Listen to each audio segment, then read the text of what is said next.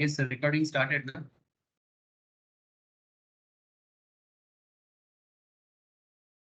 Has it? Okay, sir. चलो. Good morning again, all of you. अच्छा, तो future and options मैंने options basically तो ऑप्शंस में ऑप्शन ब्रेक खत्म ही नहीं हो रहा है. जब खत्म हो जाएगा डोंट वरी, जो है उसको तो बोलना पड़ेगा ना. जब तक बोलेंगे नहीं तब तक खत्म कैसे होगा. तो बहुत ही इंटरेस्टिंग एरिया में है हम लोग. वोलेटिलिटी के बेसिस में स्टॉप लॉस लगाना, फिर जाके अंडरस्टैंडिंग ऑफ देगा. थोड़ा समय तो देना पड़ेगा. अच्छा, मार्केट का क्या खबर है आप लोगों के पास? 63,005 सेंसेक्स ये प्लस है. Positive, market positive side. अरे वाह, ये देखो सर, फिर से मौका बनाया. माइनस ছিল. हाँ हाँ हाँ. কালকে ব্যাংক নিফটিতে 550 উপরে মাইনাস দিয়েছে. 550 উপরে নেগেটিভ গেছে. মাইনাস জলটা কালকে. আচ্ছা, তো কালকে স্যার প্রিমিয়াম ভ্যালু বিভক্ত হাই গেছে. তাই না? একটা চার্ট করলে তো দাদা আভান্তি ফিট হ্যাঁ, কি দাঁড়া হচ্ছে করছি কিছুই বুঝতে পারছি না। করছি খুলছি. আমি স্যার কালকে 10 টাকা প্রিমিয়াম ভ্যালু দেখলাম স্যার প্রায় 250 ছাড়িয়ে. কি হ্যাঁ স্যার, আমি ভেবেছিলাম যে ও কিন্তু তারপরে অতটা খেয়াল করি না, আমরা ক্লাস চলছিল তখন দেখেছিলাম. আমরা পরে দেখবো ও স্যার দেখতে দেখতে স্যার বেড়ে যেটা যেটা সময় তো 250 ওভার হয়ে গেছে. দেখতে পেয়ে গেছি. ওই স্যার এতটা মাইনাস হবে. তো সুমিত কি একটা বলছে কি অবন্তি সিট অবন্তি ফিড, এটা তুমি হ্যাঁ হ্যাঁ হ্যাঁ হ্যাঁ হ্যাঁ কি হচ্ছে বলো তো কিছু বুঝতেই পারছি না। কি কোম্পানি, এটা কি কাজ করে? আভান্তি ফিডে তোমার ক্যাডেল ফিডসের সাপ্লাই করে। তবে এই টাইমে তোর মানে বর্ষাকাল আসছে, এই সারও বিক্রি করে, এই টাইমে তো প্রফিট হওয়ার কথা, কিন্তু হট করে এরকম হয়ে গেল কেন বুঝতে পারছি না। হ্যাঁ, তোর কি হোল্ডিং আছে? না হোল্ডিং নেই, তবে এক্সপেকটেশন তো আছে, বর্ষাকাল পড়ছে। কবে তো চাষবাসের খবর রাখতে শুরু করলি রে? না বর্ষা তো এখনো ঢোকেনি তো। না ঢুকে যাবে, ওই জন্যই ও বলছে। বর্ষা 18-21 তারিখ করে ঢুকবে বলছে, তো 21 তারিখের মধ্যে অলরেডি ল্যান্ড করে গেছে কেরালাতে. ওই বিপর্যয়টা আরবিয়ান সিতে বিপর্যয়টা আসার জন্য একটুখানি এফেক্ট করেছে. কাছে গুজরাটের কাছে খুব খারাপ অবস্থা, আর ওদিকে পাকিস্তানে ঢুকে গেছে করাচিতে. কিন্তু এইটার এরকম অবস্থা হলো কেন আমি তো বুঝতে পারছি না, চেষ্টা কি হলো। আমি জানি, আমাকে দেখতে হবে खबर, আমার কাছে খবর नहीं है এটা.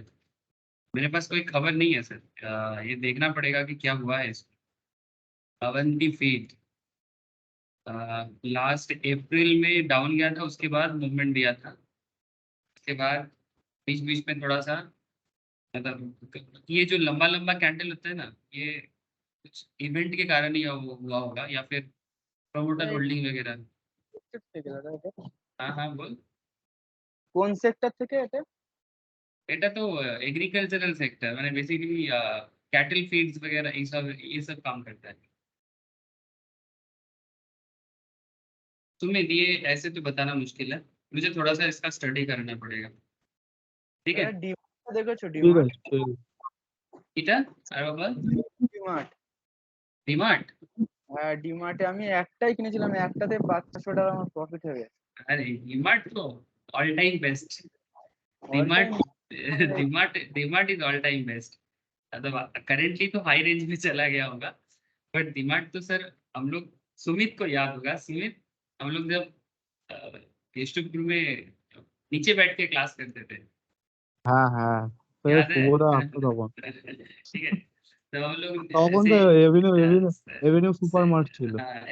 अभी भी वही है. एवेन्यू सुपरमार्ट अभी भी वही है. ये तब 300 में इसका लिस्टिंग प्राइस था, और जिस दिन लिस्टेड हुआ था 600 में. इसके ऊपर ज्यादा बात किया था गोपी, याद है मुझे. हाँ, गोपी सबको चिल्ला चिल्ला के बोल रहा था डीमार्ट ले लो डीमार्ट ले लो. गोपी बहुत श्योर था डीमार्ट के बारे में. गोपी मतलब मेरा भाई एक्चुअली. तो बाद में डीमार्ट को रोकना मुश्किल हो गया. हाँ बोल बोल। না বলছি ডিমার্ট তো মানে সেক্টরের নাম্বার 1 শেয়ার। हाँ, अपने सेक्टर में इसका कोई আর कंपटीटर नहीं है। ডিমার্টের কম্পিটিটর যে ওই টাটার একটা সেক্টর আছে ট্রেন্ড বলে, ওতে ইনভেস্ট করেছে আবার ডিমার্ট কালকের আগের দিন। ওয়েস্ট সাইড আছে টাটারি। আলিবাবা আছে চায়নাতে। अलीबाबा জুডিক तो इंडिया में नहीं है। इसका इसको एग्जैक्टली कॉम्पीट कर रहा था बिग बाजार मतलब फ्यूचर रेट, बट वो तो खत्म। ও রিলায়েন্স वो এখন तो खत्म। জুডিক আছে টাটার, যেটা জুডিক ওটা করছে ভালো। अच्छा सुनो, ये तो देखो डीमार्ट तो अपना जगह मतलब ऑलरेडी एक हाई लेवल में है। ये करंट लेवल डीमार्ट को मैं कभी नहीं बोलूंगा बाई करने के लिए। अगर कभी आप लोगों को डीमार्ट में वापस 3500 ऐसा मौका मिले ना, तो आप फिर से डीमार्ट के बारे में सोच सकते हो। मतलब मेरे हिसाब से डीमार्ट अभी थोड़ा सा हाई रहे, थोड़ा सा मतलब अभी ट्रेंड है इसका, ट्रेंड है, बट फिर भी मेरे हिसाब से ये करंट बाइंग जोन प्रॉपरली नहीं है। मैं आप लोगों को एक शेयर बोलता हूँ, आप लोग उसको अभी बाई मत करना। अ, ये मैं थोड़ा सा इसका देख रहा था, मैं पूरा रिसर्च कंप्लीट नहीं कर पाया। थोड़ा सा डिफरेंट काइंड ऑफ शेयर है सर। कंपनी का नाम है रेट गेन बोल के, आप लोग नाम सुना है?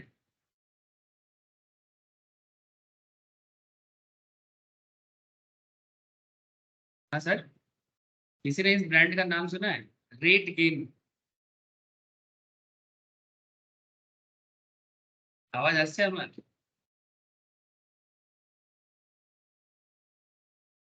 किसी का आवाज नहीं आ रहा है। कनेक्टेड है आप लोग की नहीं? কি রেডগেন हाँ টেকনোলজিস লিমিটেড, हाँ, रेट गेन टेक्नोलॉजीज लिमिटेड। এটা ठीक है। নয়ডা বেস কোম্পানি আছে তো। हाँ sir, company obviously Delhi based company है, बट इसका बिजनेस कॉन्सेप्ट थोड़ा डिफरेंट है। ये बेसिकली होटल, एयरलाइंस, ठीक है, इन लोगों को इकोनॉमिक कॉन्सेप्ट में गेन देने का बात करता है।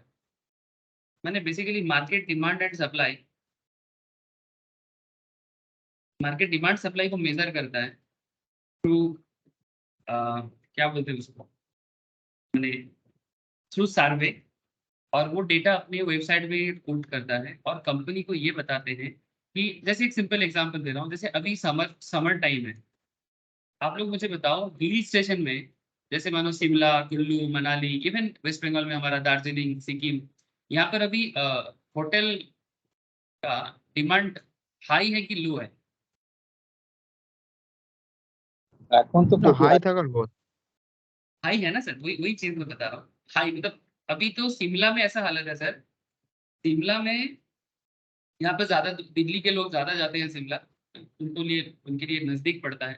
चंडीगढ़ और दिल्ली वाले लोग शिमला में बात बात में, जैसे हमारे यहाँ से लोग बात बात में सिक्किम मतलब गैंगटॉक और दार्जिलिंग जाते हैं, वहाँ के लोग बात बात में शिमला जाते हैं। तो शिमला में ऐसा हालत है कि अपकमिंग 15-20 डेज में ट्रेन का भी कोई बुकिंग नहीं मिलेगा। मतलब ट्रेन कंप्लीटली, जितना ट्रेन कालका जाता है दिल्ली से, सब कंप्लीटली अप टू 15 डेज तक कोई बुकिंग अवेलेबल नहीं है। इवन तत्काल में भी नहीं मिल रहा है।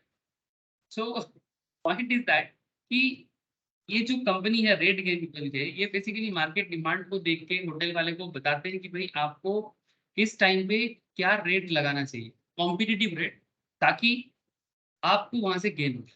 मैंने आप ऐसा रेट लगाओ कि कस्टमर आपके सामने आ जाए। फिर एक स्पेसिफिक कंज्यूमर प्रेफरेंस टाइप का, माने आपका कंज्यूमर बिहेवियर वो स्टडी करेगा। माने आजकल क्या है ना, गूगल के थ्रू से हम कहाँ जाते हैं, वहां पर जाके कितना समय बिताते हैं, कौन से होटल में ठहरते हैं, गूगल को सब पता चल जाता है ना सर?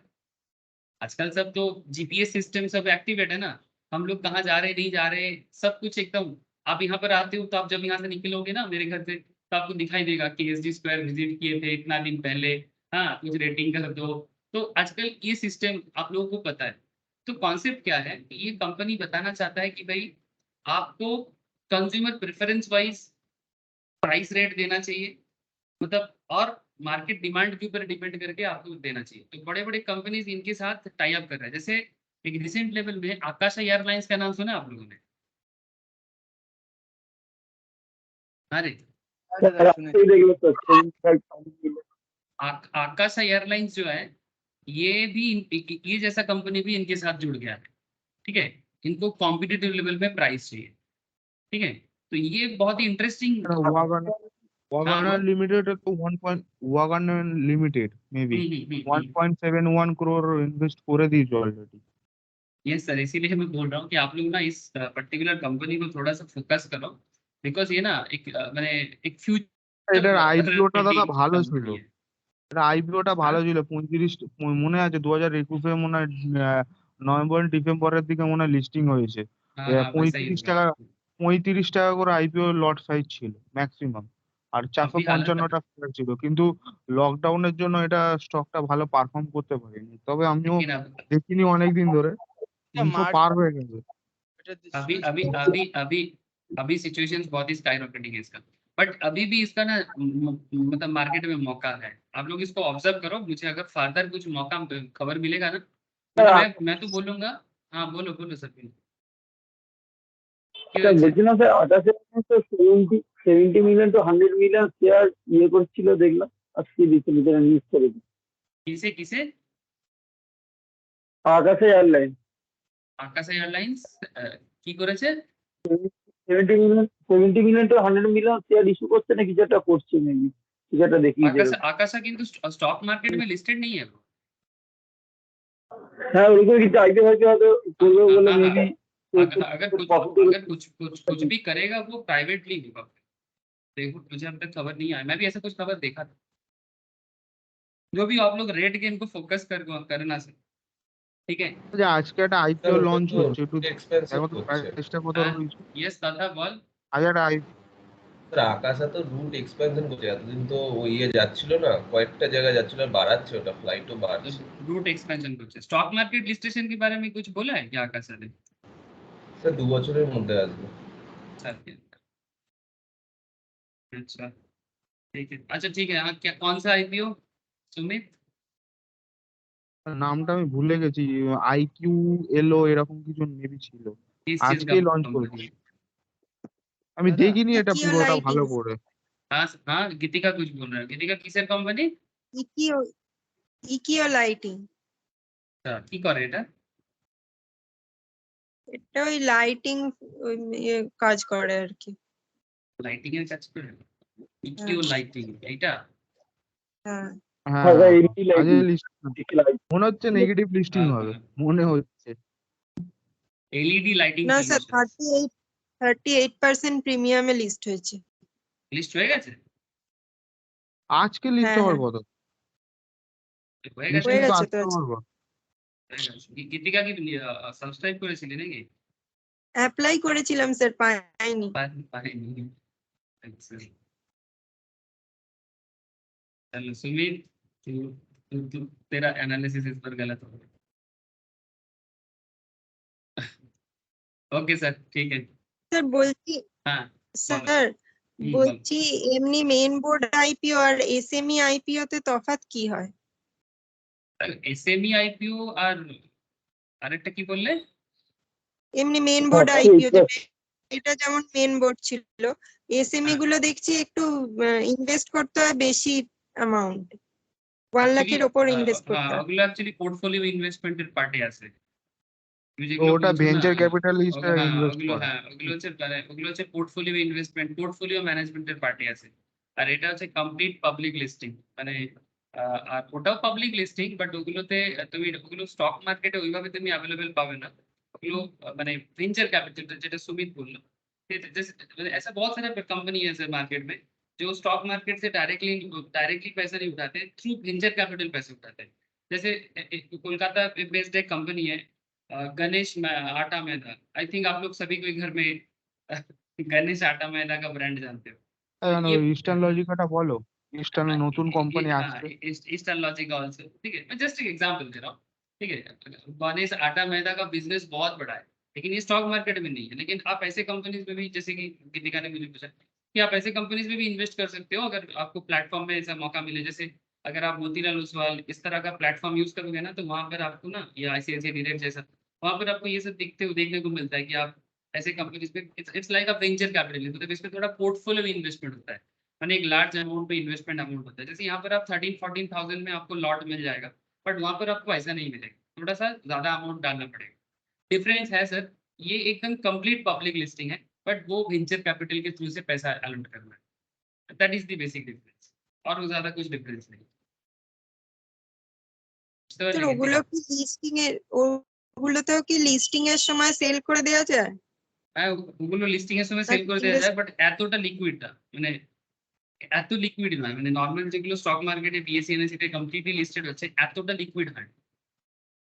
আচ্ছা আচ্ছা, ওগুলোতে মানে একটু রিস্ক আছে। হ্যাঁ রিস্ক আছে, রিস্ক আছে। রিস্ক না দাদা, রেস্ট্রিকশন থাকে যে তুমি নেওয়ার পরে মোটামুটি 2 বছরের আগে কোনো স্টক সেল করতে পারবে না, মানে লিস্টিং স্টক মার্কেটে লিস্টিং এর পর অ্যাজ পার সেবি Yes, yes. कुछ ना कुछ उन पे restrictions लगा रहता है, मतलब it's not like a regular stock market listing जो एकदम कंप्लीट, ये लिक्विड मार्केट है, आप इजीली यहाँ से निकल सकते हो, कुछ भी कर सकते हो, बट वहां पर अगर आपका रिस्क एबिलिटी है, रिस्क टेकिंग एबिलिटी, मैंने देखो अगर आपका पैसा ब्लॉक हो जाएगा तो एक नॉर्मल मिडिल क्लास इंसान अपना पैसा ब्लॉक होते देख उनको थोड़ा सा खराब लगेगा, है ना? जैसे जिनके पास बहुत ज्यादा है उनका पैसा थोड़ा ब्लॉक हो जाए तो उनको उतना चिंता नहीं है, बट जिनके पास लिमिटेड पैसा है उनका पैसा अगर बोलेगा ब्लॉक हो जाएगा तो उनको तो चिंता होगा ना सर। मतलब एक जेन्युइन चीज है ये। तो जब रिस्क एबिलिटी थोड़ा ज्यादा হ্যাঁ हो ওইটাই जाए ভাবছি। जब रिस्क एबिलिटी थोड़ा ज्यादा हो जाए तभी आप ऐसी कंपनीज में इन्वेस्ट कर सकते हो। हाँ, एक चीज मैं बोलूंगा कि क्योंकि ये सब कंपनीज का ज्यादा डिटेल्स अवेलेबल नहीं होता है, जब तक आप फंडामेंटल कंपनीज के बारे में फील नहीं कर लेते तब तक इन्वेस्ट मत करो, ठीक है? मतलब ये सब कंपनीज का आपको चार्ट पैटर्न तो उतना मिलेगा नहीं, लेकिन फंडामेंटली उस कंपनीज का हाँ सर। আইপিও টাটা টেকনোলজিসটা একবার দেখুন স্যার, ওদের এটা বুঝতে পারলাম না। টাটা টেকনোলজি টাটা আজকে আর কিছু দেখবো না, আর পরে দেখবো, ক্লাস কর। ওটা স্যার দেখে একটু বলুন। কি বলবো এটা নিয়ে, দাঁড়া বলছি। তো দাঁড়াচ্ছিস স্যার কেমন লিস্টেড নেই? লিস্টেড হয়েছে, আইপিও আসছে। না না এখন হয়নি, আইপিও আসছে। দেখছিলাম মোটামুটি 22 রিভিউ বলুন বা প্রফিটেবল সবকিছু হাই আছে। টাটা টেকনোলজিস ওই আইপিও লিস্টিংয়ে দেখাচ্ছে না এখনো, মানে আপকামিং এ দেখাচ্ছে না। কিন্তু আমাকে শো করছে, চেক করছে, জিরোটা তো দেখাচ্ছে না। বাজাজ এনার্জি দেখাচ্ছিল, এক্ষুনি দেখলাম স্যার ব্লোতেও দেখাচ্ছে। नहीं, टाटा टेक्नोलॉजीज का आने का बात है, मैं भी सुना था। ওটা স্যার রেভিনিউ ভালো, প্রফিটও মোটামুটি আগের ইয়ারে 432 কোটি টাকার কাছে প্রফিটও আছে ওদের, প্রায় ডবল প্রফিট করেছে। अच्छा ठीक है, ग्रुप में डिटेल्स जो है डालना, ठीक है? तो कुछ भी अगर एनालिसिस मिलता है मैं तुम लोग को जरूर, ठीक है? तुम लोग ग्रुप पे ये सब बात थोड़ा सा शेयर किया करो ना, तुम लोग को सुविधा होगा हर दूसरे को, और मुझे भी जब भी टाइम मिलेगा मैं भी उस पर एनालिसिस करके आप लोगों के साथ शेयर करूँगा। जैसे मुझे रेड गेम के बारे में थोड़ा सा मैं रिसर्च कर रहा था तो मुझे अच्छा लगा बिजनेस एक्टिविटी, इसलिए मैं तुम लोगों को बोला कि आप लोग इसको थोड़ा दिमाग में रख सकते हो। जैसे मैं इसके बारे में रिसर्च किया था थोड़ा सा, क्या बोलते हैं, कुछ दिन पहले बोला ना आप लोगों को, ये कूलर बनाने वाला कंपनी, तो वैसा ही है, ठीक है? और उससे सिम्फनी। हाँ सिम्फोनी, फिर उससे पहले अदानी के बारे में तो मैं, अदानी पेटीएम के ऊपर मेरा रिसर्च बहुत दिन से चल रहा है। তাই हाँ? এইচডিএফসি নিয়ে মিউচুয়াল ফান্ডে দেখেছো কি সমস্যায় পড়ে গেছে? হ্যাঁ, ওরা বড় মিউচুয়াল ফান্ডস গুলো থেকে বেরোচ্ছে, এরকম কিছু একটা ব্যাপার, তাই তো? কি হয়েছে 10% ম্যাক্সিমাম ইনভেস্ট করতে পারবে, এবার হুম। এইচডিএফসি ফাইন্যান্স আর একটা কি মার্জ হচ্ছে, এবার দুটো মিলে না 10% এর ওপর চলে যাচ্ছে, ওই জন্য কিছু সেল করে 10% এ আসতে হবে, ওই জন্য মিউচুয়াল এইচডিএফসি টা পড়বে এবার। পড়লে ভালো, পড়লে নিয়ে নিবি ভালো। হ্যাঁ ওই তো। এইচডিএফসি যদি পড়ে তাহলে স্যার মোটামুটি ব্যাংক নিফটি আরো ডাউন হয়ে যাবে। अरे तुम लोग आज क्लास कराने दोगे कि नहीं दोगे? आज सिर्फ स्टॉक का ही अलग अलग डिस्कशन हो रहा है। पीयूष কিছু বলছিলি বল, পীযূষের একটা আওয়াজ পেলাম। না না স্যার আমি শুনে যাচ্ছি। শুনে যাচ্ছিস, চল কেউ তো দরকার শ্রোতা, ঠিক আছে? আজকে সবাই অ্যানালিস্ট হয়ে গেছে, आज सब एकदम तोड़ फोड़, तुम लोग अभी रिसर्च एनालिस्ट हो जाओ सर। আরে স্যার আমি তো Exam টাইম পাচ্ছি না, দিতে হবে টাইম, টাইম তো বের করতেই হবে।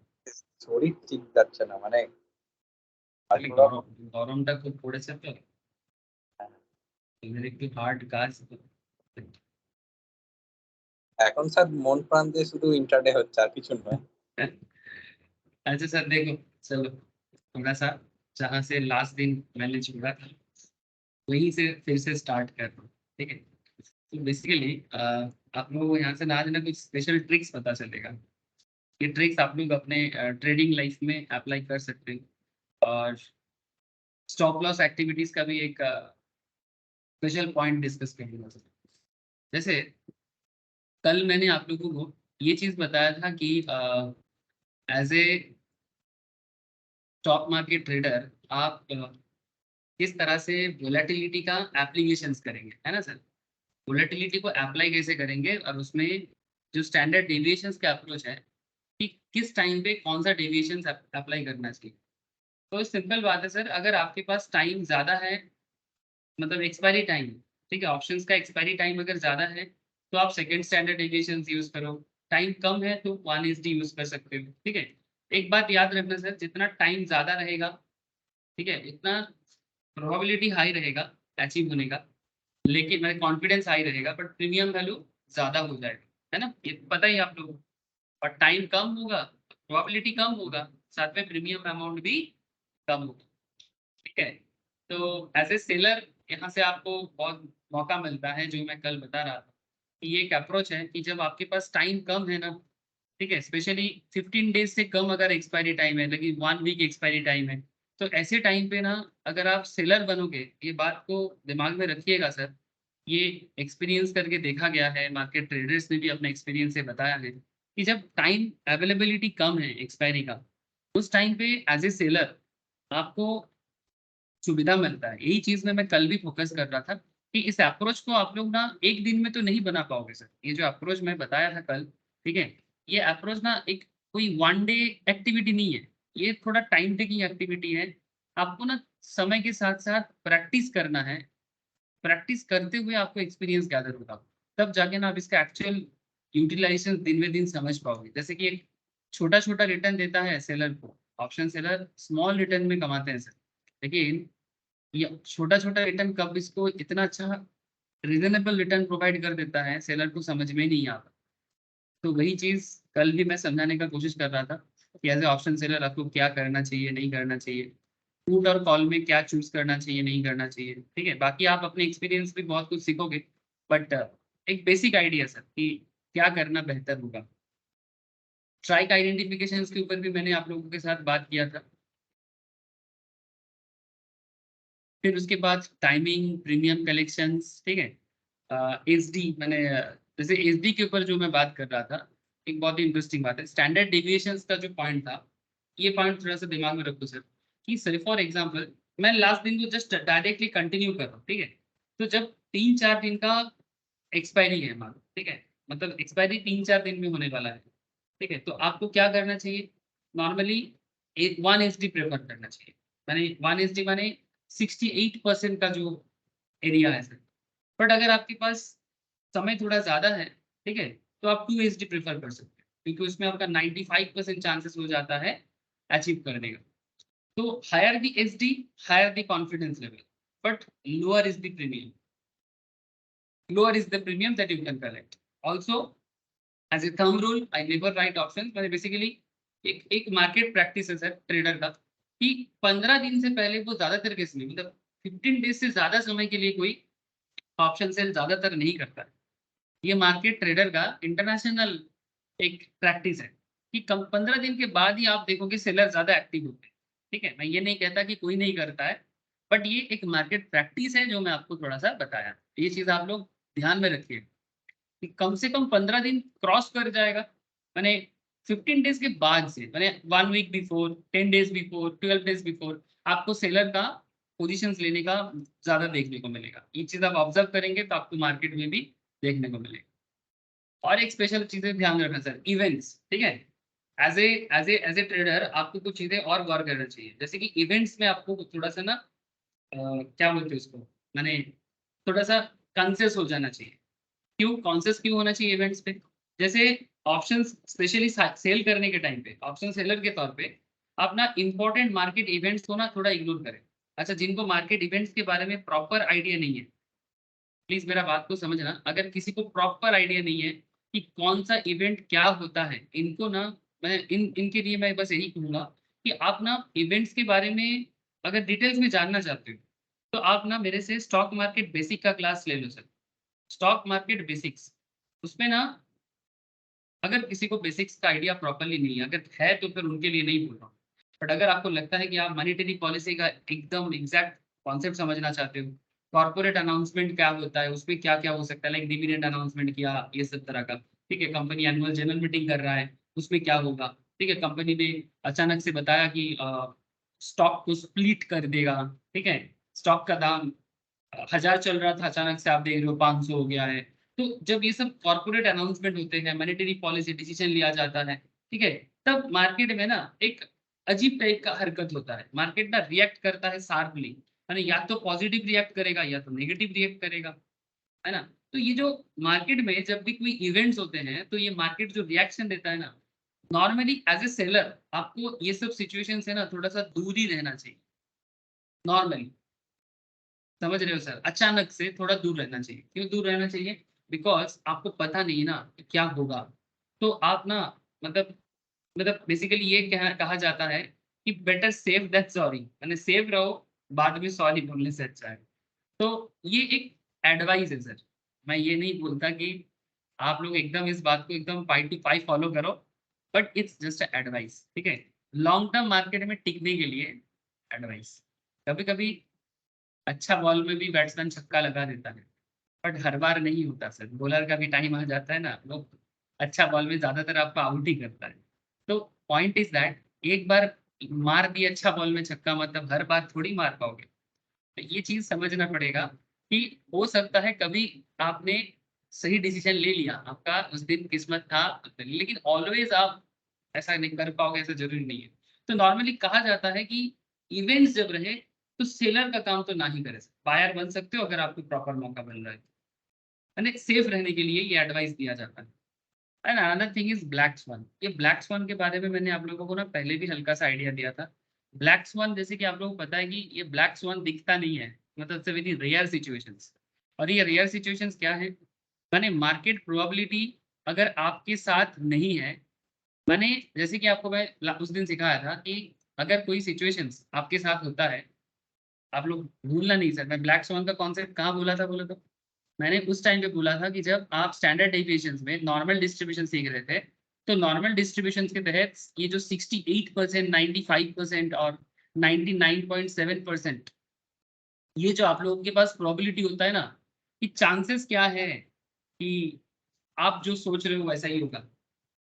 1 एसडी आपको 68% कॉन्फिडेंस देता है, 2 एसडी आपको 95% कॉन्फिडेंस देता है, 3 एसडी आपको 99.7% कॉन्फिडेंस देता है।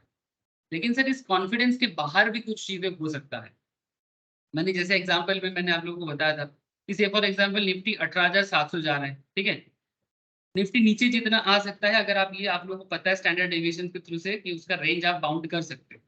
लेकिन रेंज बाउंड के बाहर भी अगर मार्केट चला जाए, जो बहुत ही रेयर सिचुएशन है, लेकिन हो तो सकता है, मार्केट है, प्रोबेबिलिटी कभी भी आ सकता है sir.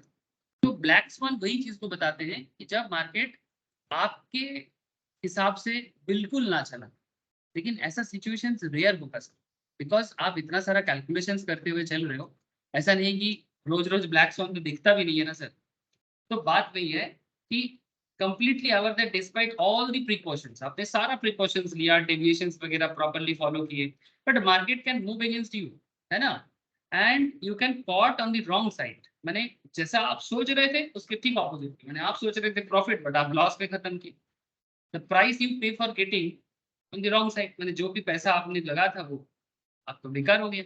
Specially for this trade is huge, imagine you collect 5 और 6 पॉइंट एज प्रीमियम, से फॉर एग्जांपल आप 5 से 6% या पॉइंट्स आपने प्रीमियम कलेक्ट किया, और अगर आप रॉन्ग साइड में पकड़े जाते हो, तो आपका जो मार्जिन जो आपने जमा किया था, है ना? और वो मार्जिन आपने कहाँ से कलेक्ट किया था? आपने इससे पहले 9-10 महीने से जो ट्रेड कर रहे हो उसका पैसा है। तो क्या होगा कि 5-6% कलेक्ट तो करोगे, बट अगर रॉन्ग साइड में खत्म होंगे तो 15-20 पॉइंट आपका चला जाएगा।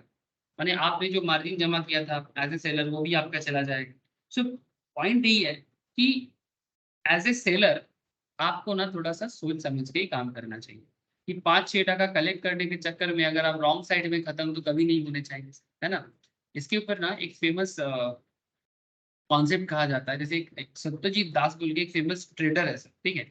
इनका एक किताब आया था मार्केट में, आप चाहो तो इस किताब को ऑनलाइन में सर्च कर सकते हो, ट्रेडर्स गन्स एंड मनी, ठीक है, आप सर्च कर सकते हो अगर मिले तो सत्यजीत दास का इन्होंने इस किताब में ना यही चीज, एक ये भी बहुत फेमस यूएसए का एक किसी ऑथर का एक पॉइंट है जो मैं आप लोगों को शायद कल बता रहा था, ईटिंग लाइक अ हेन but sitting like an elephant.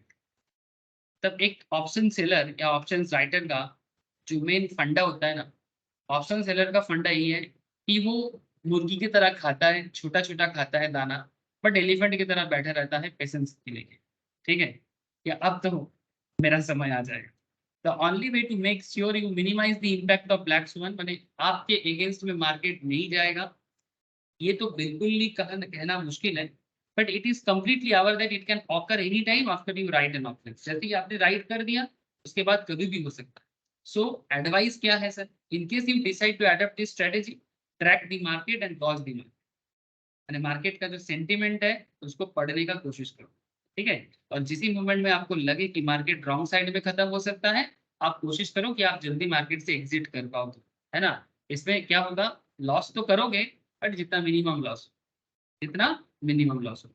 But sir एक बात यहाँ पर और है सर, कॉन्सेप्ट ये है कि आई होप आपको ब्लैक स्वान कॉन्सेप्ट समझ में आया। ब्लैक स्वान कॉन्सेप्ट और कुछ नहीं है, ब्लैक स्वान कॉन्सेप्ट का कॉन्सेप्ट यही है कि मार्केट आपके अगेंस्ट में जब जाएगा तब आपको क्या करना चाहिए।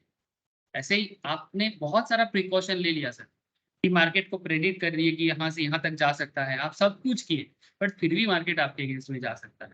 तो ऐसे सिचुएशंस में क्या करना चाहिए उसी का सजेशन आपको यहाँ पर दिया गया एप्लीकेशन के तौर पर।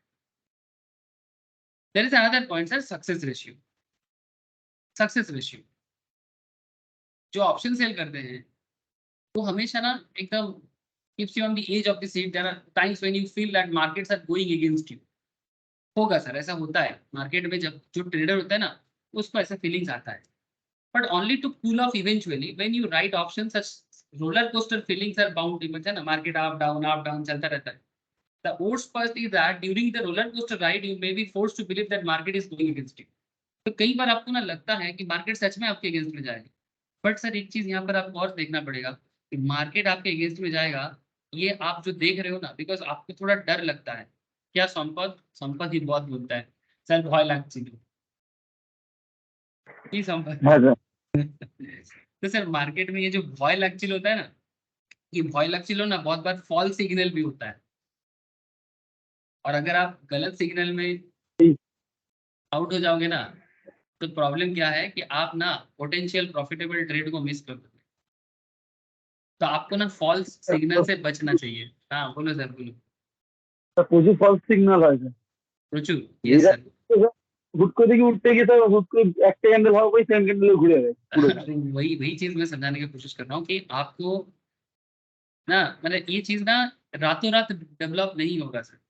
मतलब मैं आपको कितना भी कोशिश कर लूँ, मैं आपको बोल दूं कि एक क्लास में आप सारा चीज सीख जाओगे, नहीं सर। अगर ऐसा होता तो हर फील्ड में ना, मतलब हर कोई एक दिन में करोड़पति बन जाता, एक दिन में सक्सेसफुल क्रिकेटर हो जाता, एक दिन में बॉलीवुड स्टार हो जाता। ऐसा थोड़ी होता है, ऐसा रियल लाइफ में नहीं। ये कुछ यूट्यूब में हो सकता है यूट्यूब में हो सकता है कि कोई एक स्पेशल ट्रिक्स लाके एकदम सुपर प्रॉफिट कर दिया, यूट्यूब में एक वीडियोस में हो सकता है, बट रियलिटी ऐसा नहीं है। तो कहने का मतलब इतना है कि आपको फॉल्स सिग्नल से बचना चाहिए। अब आप बोलोगे सर फॉल्स सिग्नल से कैसे बचेंगे। सर फॉल्स सिग्नल से बचने का एक ही तरीका है, आपका कन्विक्शन। कन्विक्शन समझते हो सर, मार्केट के प्रति आपका फीलिंग्स जो है ना, वो समय के साथ साथ आप कैसे डेवलप करते। There is very thin line between false signal and actual black swan event. माने एक्चुअल ब्लैक स्वान माने जो एकदम आपके अगेंस्ट में जा रहा है, और फॉल्स सिग्नल जो है वो आपके अगेंस्ट में नहीं है, लेकिन मार्केट का जो वोलेटिलिटी के अंदर वो चीज हो जाता है। The way to overcome this is by developing conviction in your trade. ये कन्विक्शन कैसे डेवलप होगा सर, ये नॉलेज से डेवलप, समय देने से होगा। ये टीचिंग नहीं हो सकता सर, ये टीचिंग नहीं हो सकता। कन्विक्शन का टीचिंग कैसे होगा। विराट कोहली ग्राउंड में जाके सेंचुरी मारेगा या जिस दिन आउट हो जाता है, चाहे जो भी उसका कोच है, चाहे राहुल द्रविड़ हो या रवि शास्त्री, जो भी है, क्या वो कोच उसको सिखा सकता है सर कि कौन सा बॉल छोड़ना है और कौन सा बॉल खेलना है? जैसे विराट कोहली जिस दिन सेंचुरी करता है वो अपने कन्विक्शन पे करता है, और जिस दिन कम रन में आउट हो जाते हैं, 0 पे आउट हो जाते हैं, उस दिन भी अपने ही कन्विक्शन में होता है।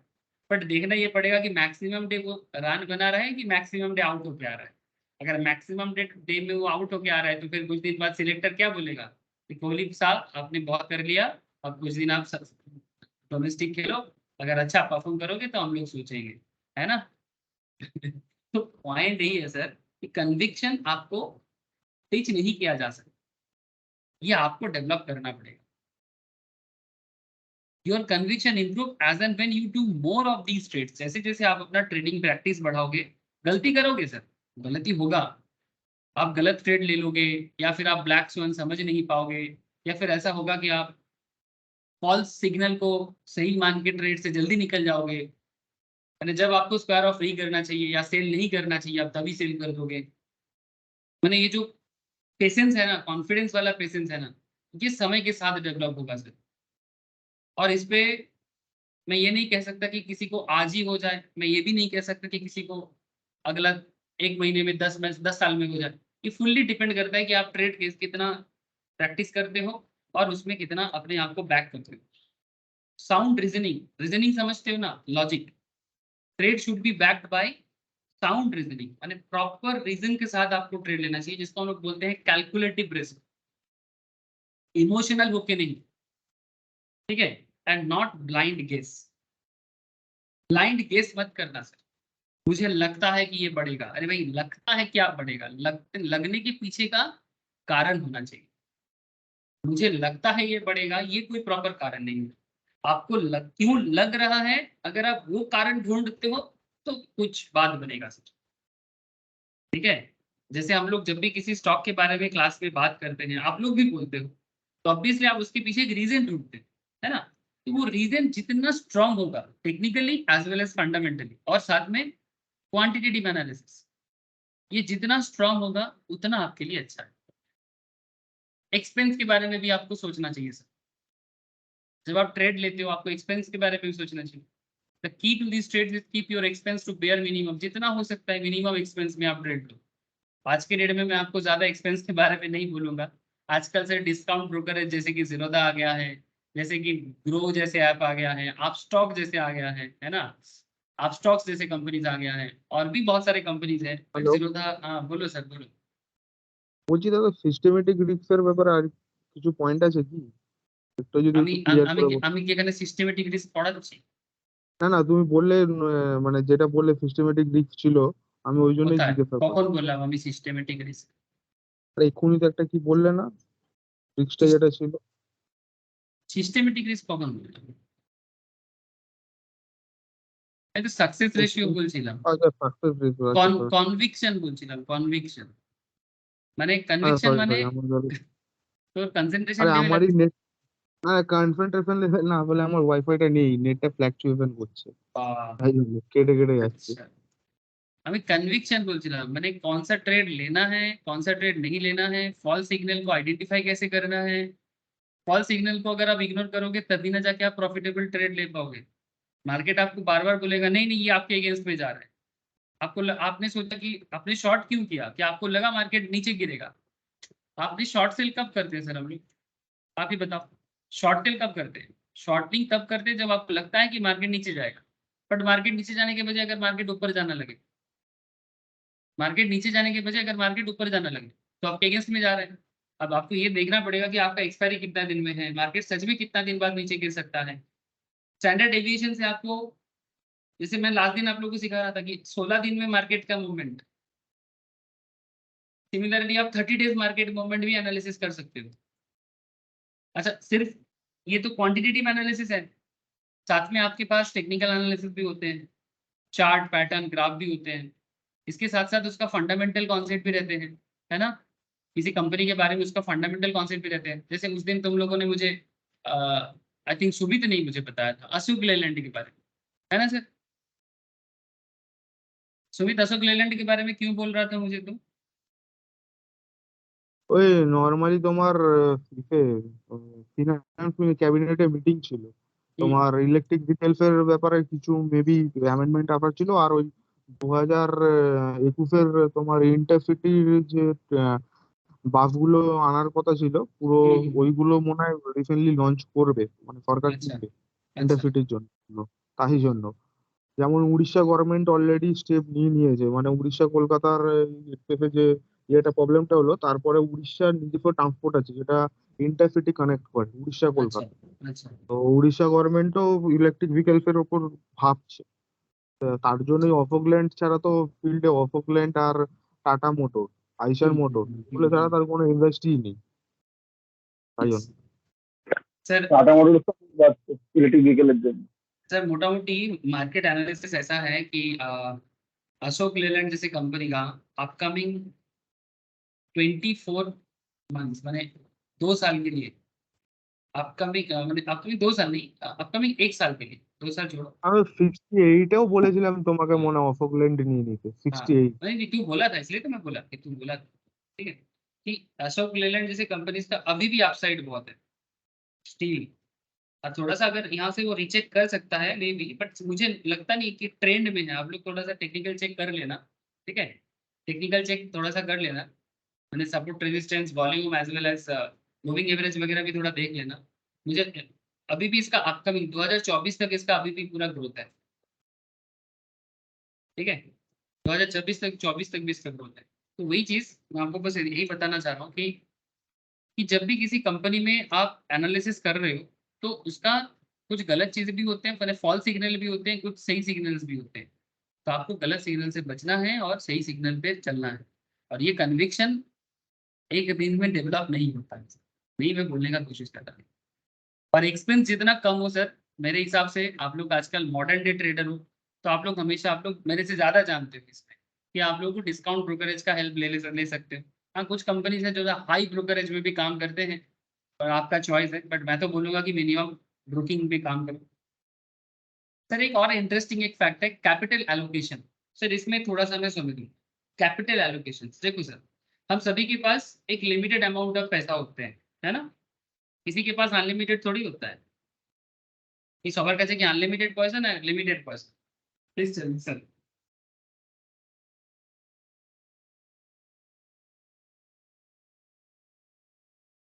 सर बोलो, লিমিটেড। पैसा लिमिटेड है ना, तो जब आपके पास कैपिटल लिमिटेड हो तो आपको पैसा को डिप्लॉय कैसा करना चाहिए? डिप्लॉयमेंट माने इन्वेस्टमेंट। तो ये एक ट्रेडर के मन में हमेशा चलता है, do I risk all my capital only a certain percentage? मैं पूरा पैसा लगा दूं कि कुछ परसेंटेज लगा दूं? अगर परसेंटेज लगा तो कितना परसेंटेज पैसा? तो इसका कोई स्ट्रेट फॉरवर्ड आंसर तो नहीं है सर।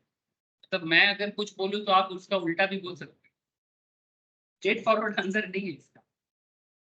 तो इसमें देखना पड़ेगा sir opportunity of share asset allocation technique normally कैसा स्टैंडर्ड होना चाहिए।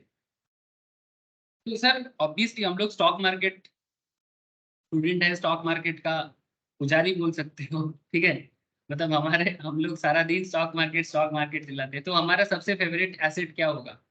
इक्विटी, है ना।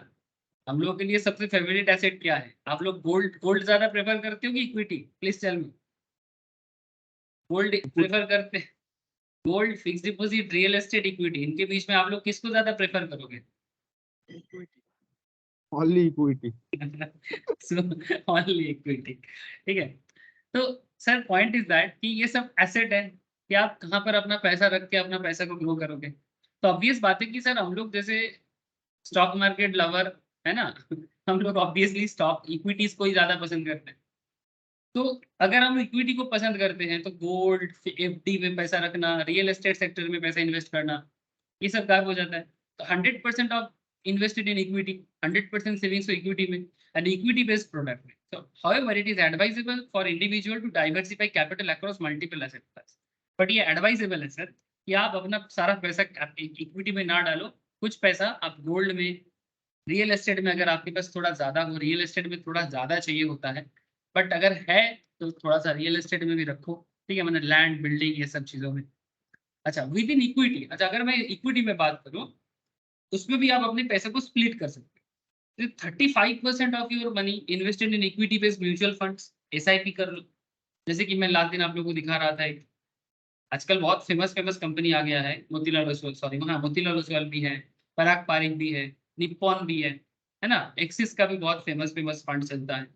तो जो भी हो, आप इक्विटी बेस्ड म्यूचुअल फंड में पैसा रख सकते हो, SIP कर सकते हो। डिटेल्स डिस्कशंस में म्यूचुअल फंड क्लास में किया है और आगे भी म्यूचुअल फंड में करवाऊंगा। अच्छा 40% of capital of equity portfolio में, जिसमें आपको कम से कम 12 स्टॉक आप रख सकते हो। 40% आपका जो टोटल कैपिटल, से फॉर एग्जाम्पल आपके पास 1 लाख है, ठीक है, एग्जाम्पल ले रहा हूँ, तो आउट ऑफ 1 लाख आप 35,000 इसमें डालो, 40,000 12 स्टॉक में कर दो, या फिर अगर आपके पास 10 लाख है तो उसके हिसाब से बोथ म्यूचुअल फंड में भी रख सकते हो, इक्विटी में भी कर सकते हो लॉन्ग टर्म के लिए 5 साल और उसके साथ 25% आप अपने शॉर्ट टर्म स्ट्रेटेजीज के लिए रख सकते हो। सर फिर से बोल रहा हूँ, इसमें आप अपना तर्क अलग कर सकते हो। ये जो मैं आप लोगों को बता रहा हूँ इसमें आप अपना अलग डिबेट दे सकते हो कि नहीं सर हम लोग 25% क्यों शॉर्ट टर्म स्ट्रेटेजी ट्रेड में करेंगे, हम लोग 40% ट्रेड में करेंगे, 25% इन्वेस्ट करेंगे। ये सर आप कर सकते हैं, मैं मना थोड़ी कर सकता, लेकिन मैं आपको एक स्टैंडर्ड व्यू बता रहा हूँ कि आपके पास अगर 1 लाख है, 10 लाख है, आप क्या कर सकते हो, 35% इक्विटी बेस्ड म्यूचुअल फंड में लगा दो, 40% आप इक्विटी पोर्टफोलियो में लगाओ, जिसमें आप अपना खुद का पोर्टफोलियो बनाओ 10-12 स्टॉक का। मैं तो और कम पसंद करता हूँ, मेरे हिसाब से 5-6 बहुत है। और कुछ लोग होते हैं जो तो 2 से 3 कंपनी प्रेफर करते हैं पोर्टफोलियो में, उसी में अपना पूरा जीवन दे देता है, ठीक है। मैंने उसमें क्या होगा, एक मतलब एसेट पे ज्यादा पैसा जाएगा सर, मतलब पैसा का इन्वेस्टमेंट सिंगल स्टॉक में ज्यादा होगा, और अगर आप 10-12 स्टॉक में करोगे तो वो डाइवर्सिफाई हो जाएगा। एक्चुअली 12 स्टॉक में इन्वेस्टमेंट करना माने म्यूचुअल फंड कंपनीज जो करते हैं आप खुद भी वही कर रहे हैं। अच्छा 25% आप शॉर्ट टर्म के लिए रखो। शॉर्ट टर्म में भी आपके पास 3-4 चीजें हैं, है ना। शॉर्ट टर्म में आपके पास ट्रेडिंग का क्या क्या स्ट्रेटेजी हो सकता है, आप फ्यूचर ट्रेड कर सकते हो, स्विंग ट्रेडिंग फ्यूचर में होता है। अब ओवरनाइट फ्यूचर करो, ऑप्शंस करो, स्टॉक ट्रेड करो ओवरनाइट में। ऑप्शन तो आपके पास है ही सबसे popular, as well as intraday करो, option writing on option sales. Make sure that do not expose more than 35% of 25% capital for any particular strategy. Just to make it more clear, say for example आपके पास 5 लाख है, चलो एक example आपको help कर सकता है। इस तरह का एग्जांपल आपका कैपिटल मैनेजमेंट को हेल्प कर सकता है। तो देखो आपको पसंद आता है कि नहीं, पसंद नापसंद सबका अपना अपना है, लेकिन फिर भी एक आइडिया लेने से तो कोई प्रॉब्लम नहीं है ना सर, है ना। फॉर एग्जाम्पल आपके पास 5 लाख है, 5 लाख का 35% कितना होता है सर, 1,75,000 म्यूचुअल फंड में डालो, इक्विटी बेस्ड। हाँ हम लोग इक्विटी लवर है तो इक्विटी पे ही बात करेंगे। 5 लाख का 40% 2 लाख है इक्विटी पोर्टफोलियो, मैंने आपका यहाँ पर 10-12 बोला है, मैं तो 5-6 स्टॉक ही बोलूंगा। देखो सर मैं भी अपने यहाँ से थोड़ा सा अलग, किताब से थोड़ा सा अलग हो गया। 5 लाख से 25% आप 1,25,000 शॉर्ट टर्म ट्रेड के लिए रखो। 1,25,000 का जो आपका शॉर्ट टर्म ट्रेड है इसका 35%, 1,25,000 का 35% कितना होता है, 1,25,000 का 35%, 43,750 is the maximum allowed would allocate per trade। पर ट्रेड में आप इतना करो मैक्स, जो भी अलग अलग ट्रेड आप लोगे। तो short more than 4 lots of option, से फॉर एग्जांपल अगर आप किसी पर्टिकुलर ऑप्शंस को शॉर्ट करोगे तो 4 से ज्यादा नहीं, 4 लॉट से ज्यादा नहीं, तो 43,750 is about 8.75% of overall capital. आपका जो टोटल 5 लाख का कैपिटल है उसमें 43,750 का कितना परसेंटेज होता है, 8%, 8-9%। तो ये एक सेल्फ मैंडेट रूल मैंने आपको बताया, ठीक है। More than 9% of my overall capital आपको ऑप्शंस वगैरह में, राइटिंग में उससे ज्यादा एक्सपोज नहीं करना चाहिए। अब आप बाकी आपके ऊपर से, कोई बोलेगा नहीं मैं इसका उल्टा करूंगा, कर सकते। सर आप लोगों को ये बात समझ में आया, ऑप्शन एलोकेटिंग कॉन्सेप्ट, हेलो, एक स्टैंडर्ड दिया है सर, बाकी आपका इच्छा। समझ में आया कि नहीं इतना बताओ मुझे। अरे सर बोलो, सर बोलो। हाँ सर। मुझे ऐसे बेटा कि आप अपने पैसे को किस तरह से एलोकेट कर सकते हो, सारा इक्विटी है, सब इक्विटी है, म्यूचुअल फंड भी जो इक्विटी बेस्ड म्यूचुअल फंड है, ठीक है। तो आप इस तरह से अपना रेगुलर ट्रेडिंग करो ना। और एक मजा का बात है सर, ये जो आप यहाँ से जो आप ये जो शॉर्ट टर्म ट्रेडिंग जो आप करोगे, ठीक है, ऑब्वियसली ट्रेडर को थोड़ा सा हार्ट अटैक हो जाएगा, फिर ट्रेडर के लिए अलॉटमेंट सबसे कम क्यों सर, यही तो है कि ट्रेडिंग आपको कम अमाउंट में बड़ा अमाउंट खेलने देता है। तो अभी कम अमाउंट को बड़ा बना के दिखाओ ना। अब आपके पास देखो सर, ये मिडिल क्लास लोगों के पास कैपिटल की कमी है, ऑब्वियसली रिस्क टेकर होना चाहिए, बट रिस्क टेकिंग का मतलब ये थोड़ी है कि घर बार बेच दो। हाँ, ट्रेड ग्रीडीनेस के चक्कर में आप अपना सारा पैसा डाल दोगे क्या? अगर बाई चांस आपका वही ब्लैक स्वान वाला सिचुएशन हो गया तो सारा एनालिसिस के बाद तो मुश्किल में पड़ जाओगे सर। ऐसा करने से बचो, ठीक है। घर बार नहीं बेचना है, घर बार नहीं बेचना है। आपके पास जो भी फंड है आप उसको साइंटिफिक वे में डेवलप करो। हाँ ठीक है, कल आपके पास 5 लाख की जगह 10 लाख का कैपिटल आ जाएगा ना, तो आपके पास ये 1,25,000 भी 2.5 लाख हो जाएगा। फिर उसमें से भी आप 35% एलोकेट करके आपका ट्रेड अमाउंट को बढ़ा सकते हो। ये ना एक डिसिप्लिन कॉन्सेप्ट है, रातों रात नहीं होता है, डिसिप्लिन कॉन्सेप्ट है। आप एक डिसिप्लिन वे में अपने आप को डेवलप करो, 3 साल 4 साल 5 साल बाद आप मुझे बताइएगा कि ये चीज आपको अपना कैपिटल डेवलपमेंट में हेल्प किया कि नहीं किया। ज्यादातर लोग क्या होता है ना सर, मार्केट देखा नहीं ना, ऐसे बोलते हैं ना कि ललच हाँ लप लपा, अरे मार्केट देखा नहीं कि एकदम लप लप लप लप करता चालू कर देता है, मेरा इतना आ जाता, मेरा उतना आ जाता। अरे सर, इतना उतना आ जाता या किसी को देख के नहीं।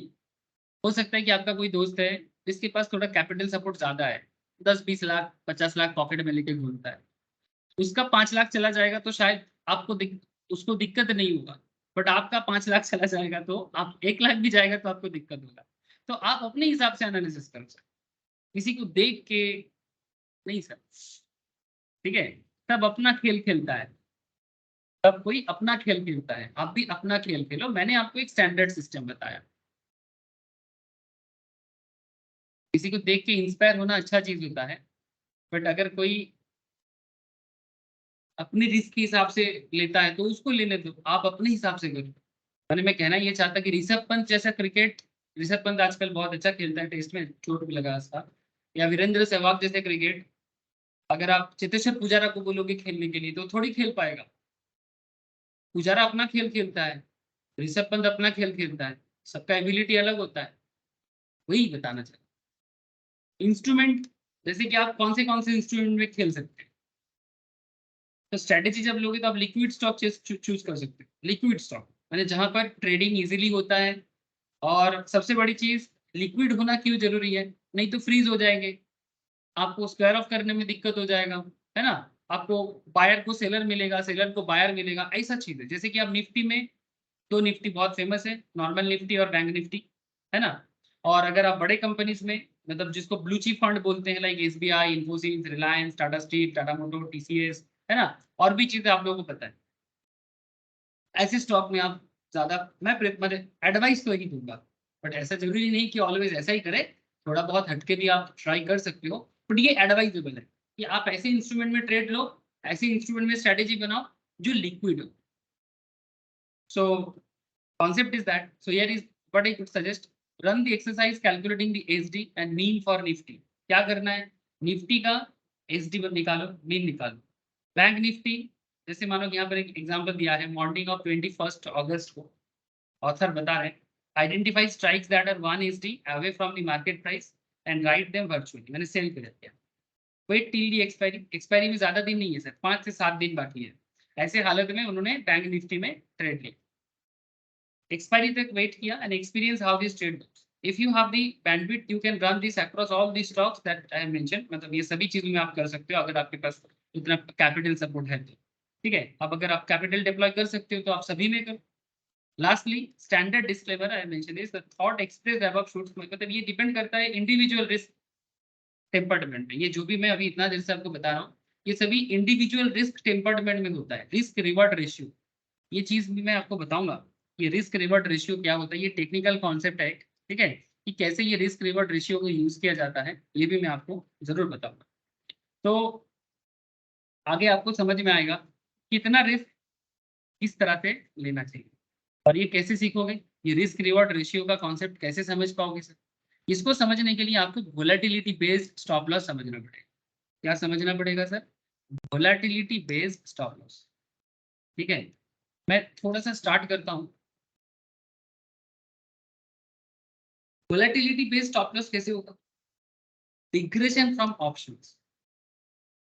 In fact, this would have been more apt in future trading module, but I think we are right stage in the discussion topic. मैंने आगे और भी चीजें होंगी इसके बारे में, बट आप थोड़ा सा समझो कि ये volatility based stop loss क्या होता है। The first thing you need to identify before you initiate any trade is to identify the stop loss. ये बात तो हम लोग कैंडल्स में भी बोलते हैं, है ना। टेक्निकल में हम लोग कैंडल में भी सेम चीज देखते हैं। इस ट्रेड लेने से पहले स्टॉप लॉस आइडेंटिफाई करो, और आप लोगों ने प्रैक्टिकली भी ये सब चीज करते हो। तो जैसे कि आपको पता है, stop loss is a price point beyond which you will not take any further losses. Stop loss वो पॉइंट को बताते हैं जिसके बियॉन्ड आप और कोई लॉस लेना नहीं चाहते, है ना। जैसे example, if you buy Nifty future at 8300, ध्यान से सुनना सर, आप 8300 में, ये पुराना डेटा है, आप आज के डेट में 18700 के हिसाब से भी तो डजंट मैटर, चाहे वैल्यू कुछ भी हो, अंडरस्टैंडिंग क्लियर। उस टाइम पे निफ्टी 8300 चल रहा था, निफ्टी फ्यूचर एट 8300, और आप आइडेंटिफाई कर रहे हो 8200 as your stop loss level. ठीक जैसे आज मार्केट चल रहा है 18700 में, और आप 18500 में अपना स्टॉप लॉस बनाना चाहते हैं, कुछ उसी तरह का point. You will be risking 100 point on this particular trade. आप 100 पॉइंट रिस्क लेना चाहते हैं, मतलब अगर मार्केट गिरेगा तो आप 200 पॉइंट में लॉस बेयर कर सकते हैं। यहाँ पर जैसे 8300 से 8200 पॉइंट में आएगा तो आप 100 पॉइंट में लॉस बेयर कर सकते हैं। ठीक है, ये आपका रिस्क टेकिंग एबिलिटी है। जिंदगी का हर चीज में रिस्क टेकिंग एबिलिटी होता है ना। जो बंदा बिजनेस करता है उसको भी रिस्क लेना पड़ता है ना। अगर दुकान खोला, अगर दुकान नहीं चला तो रेंट अगर घर बैठे देना पड़ा तो, जो बिजनेसमैन रेंट लेता है, घर दुकान भाड़े पे लेता है, फिर अपना शॉप ओपन करता है, ठीक है, फिर कस्टमर ढूंढता है, कस्टमर नहीं आया तो चिंता का विषय है, घर पे बैठे बैठे रेंट देना है। इंसान को हर फील्ड में रिस्क लेना पड़ता है। जो पॉलिटिशियन बनते हैं उन्हें भी रिस्क लेना पड़ता है। आंदोलन किया, ठीक है, आंदोलन किया, मोर्चा खोला, ठीक है, फिर नाराबाजी भी किया, ठीक है, जो भी एंटी स्लोगन देना है सब एंटी किया, मतलब जो मेन लीडर ऑफ पार्टी उनके साथ। लेकिन at the end of the day fund, इतना साफ काम करने के लिए पैसा भी चाहिए होता है, क्योंकि बिना पैसे का इतना बड़ा कैसे करोगे सर। प्रोपागेंडा क्रिएट करना, ठीक है, किसी भी तरह का चीज क्रिएट करके फिर जाके पॉलिटिक्स खेला जाता है। ये तो इंडियन पॉलिटिक्स का सिस्टम हो गया है। लेकिन अगर मैं पॉलिटिकल चीजों को एक कैरियर के जैसा देखता हूँ तो वहां पर भी रिस्क होता है, हाई लेवल रिस्क। ऐसा कोई फील्ड नहीं है जहां रिस्क नहीं है, तो वहां पर भी आपको स्टॉप लॉस देखना चाहिए। हाँ सर सुनने में थोड़ा अजीब लगा होगा, बट अगर आप लोग फील कर सकते हो, मैं ज्यादा बात नहीं करूंगा पॉलिटिक्स में, अगर इफ यू कैन फील तो आपको समझ में आएगा कि हाँ, हर चीज में रिस्क होता है और हर चीज का एक स्टॉप लॉस होता है, यानी रिस्क टेकिंग एबिलिटी। तो जो भी हो, 8300 से 8200 100 पॉइंट रिस्क लेना चाहते हैं, तो मोमेंट निफ्टी फॉल्स बिलो 8200, जैसे ही निफ्टी 8200 के नीचे चला जाएगा आपका ट्रेड एग्जिट हो जाएगा, और आपका जो भी लॉस है वो आपको हो जाएगा। The question however is how to identify the appropriate stop loss level. सबसे बड़ा सवाल ये है कि इस तरह का स्टॉप लॉस लेवल कैसे आइडेंटिफाई करेंगे।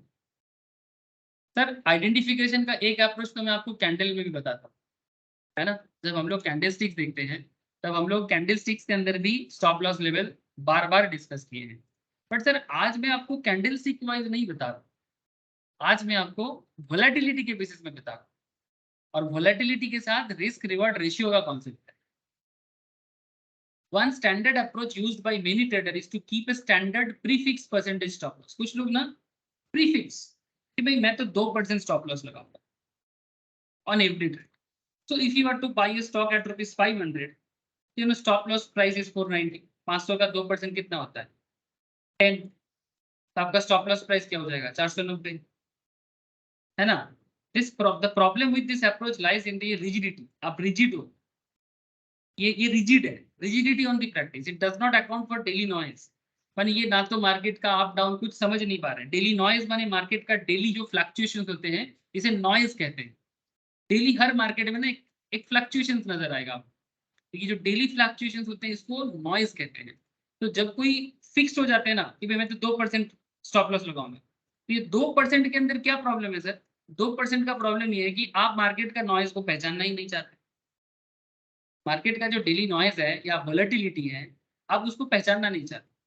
For example, the nature of stock could be such that it could swing about 2-3% on daily basis. आपको पता है सर मार्केट 2-3% का ये वोलेटिलिटी कैलकुलेशन पता है कि नहीं पता है? Hello sir, please tell me. ये जो मार्केट जो डेली बेसिस पे वोलेटाइल होता है, एनुअल बेसिस पे वोलेटाइल होता है, ये कैलकुलेशंस हम लोग हाल फिलहाल में सीखे कि नहीं सीखे?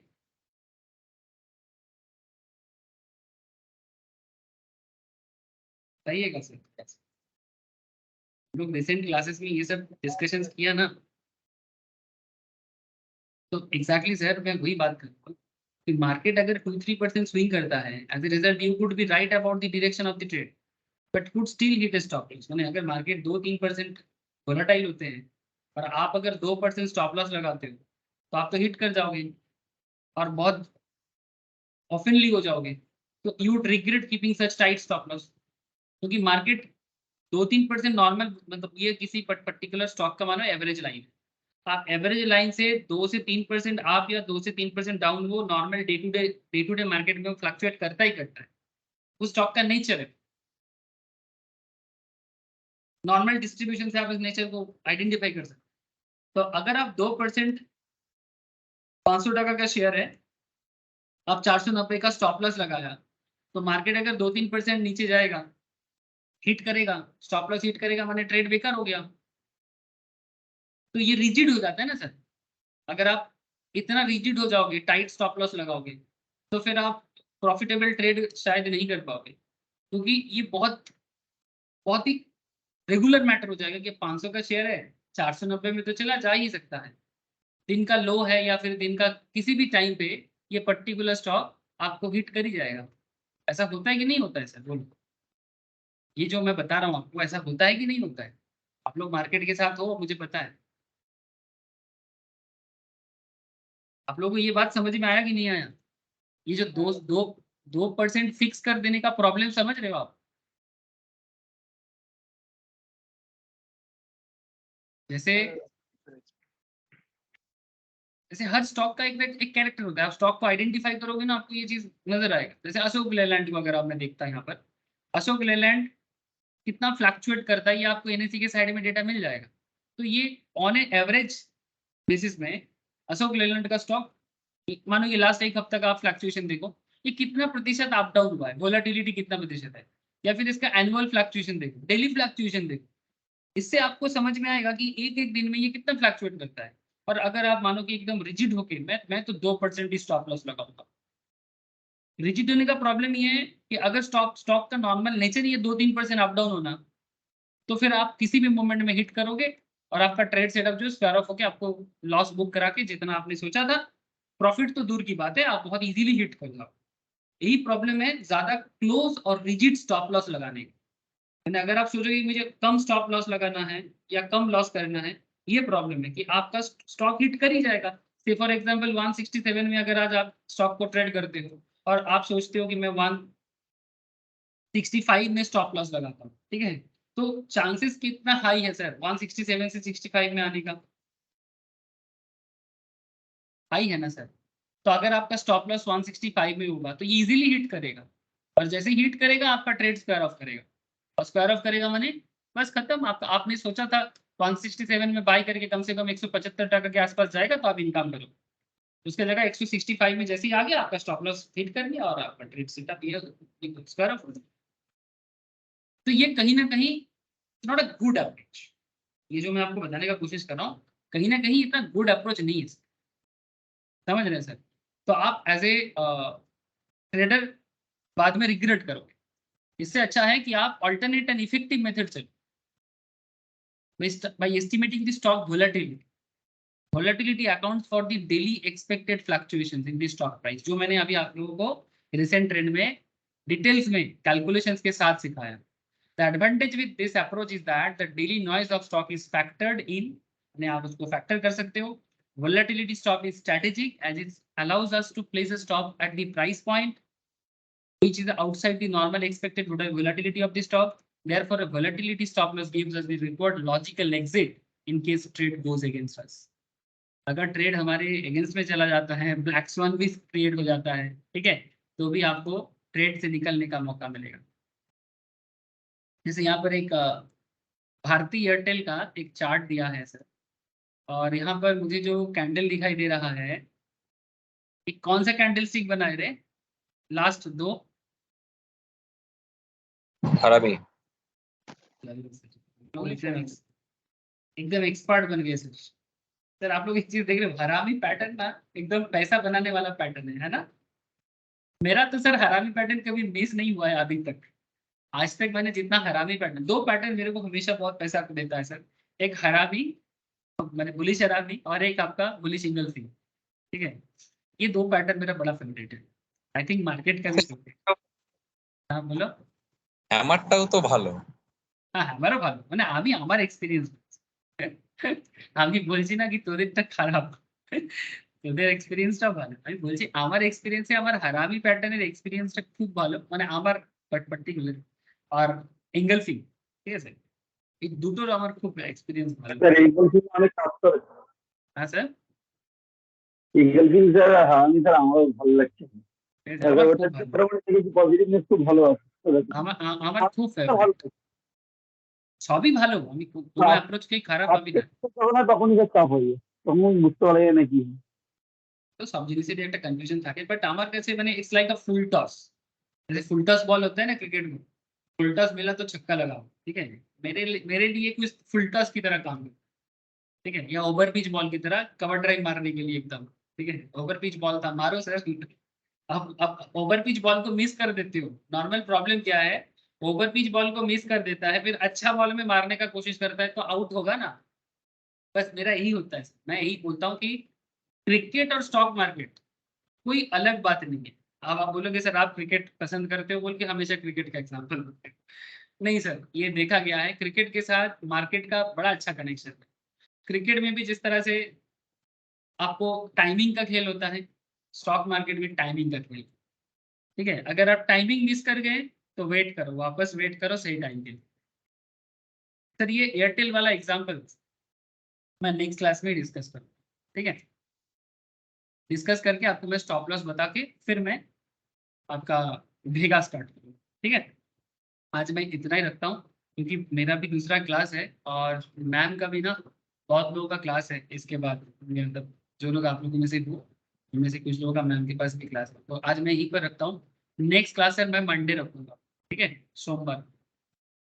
एक्चुअली नेक्स्ट वीक एक्चुअली आप लोगों को पता है कि बॉक्स वाला कुछ पूजा वगैरह करना होता है, तो मैंने यहाँ पर हल्का पूजा तो किया था, बट वो घर पे जाना है, थोड़ा सा कुछ रिचुअल्स है, ये बॉक्स के कारण बार बार बोल रहे हैं।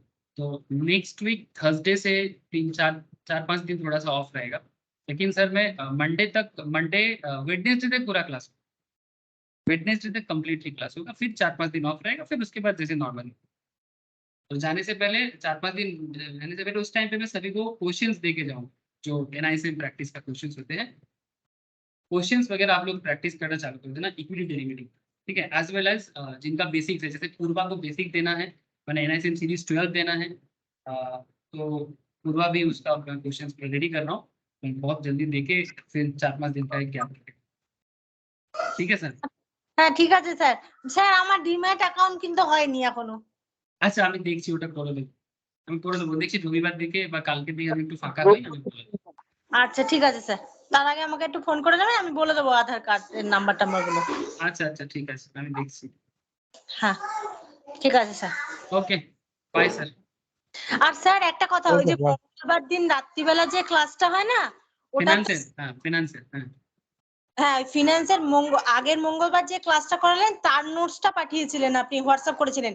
ফার্স্ট দিন আর সেকেন্ড দিন এই দুটো ক্লাসের নোটসটা তো স্যার একটুখানি পাঠাতে না হবে। না ওই আগের দিনে যে নোটসটা আমি পাঠিয়েছি হ্যাঁ। ওটাতে প্রথম থেকেই সবকিছু আছে। আচ্ছা আচ্ছা আচ্ছা আচ্ছা আচ্ছা ঠিক আছে ঠিক আছে হ্যাঁ ঠিক ওটাতেই আছে। সব ওটা আছে। তো দেখা হয়নি, ওইখানে 3টে ক্লাস পরপর বসে দেখতে হবে, ঠিক আছে ওটা দেখে নেবো। ঠিক আছে ঠিক আছে।